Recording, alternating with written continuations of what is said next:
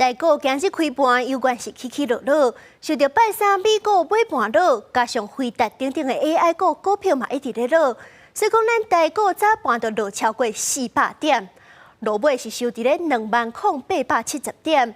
不过这台积电是一天就跌24块，跌破900块，收伫咧896块。不过专家是认为讲，这回起起落落主要受国际影响，政府目前也无需要出手救市。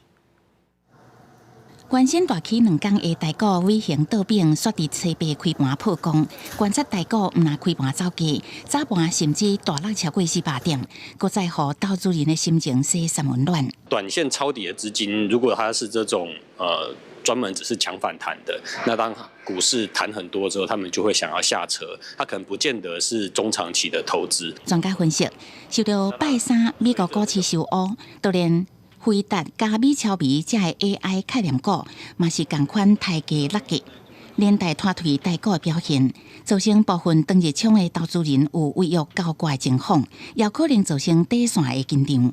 毋若台股的走势有起落，就连宽王台积电嘛上演900块的保卫战。早盘捌失手，搁再优惠。鸿海加联发科落价幅度嘛超过3%，听显电子宽达股普遍拢是落价的势面，这样来引起市场的关心。国安基金敢会进场护盘呢？目前来看的话，其实我们并不建议呢，政府现在就开始出手来救市啊。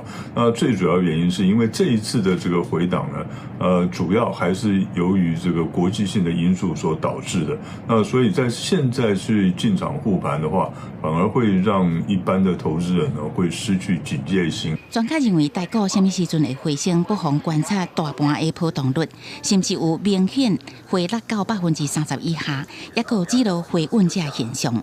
不过，美国大选国家日元的走势，也是会为咱股市加一点变动不确定的因素。记者综合报道。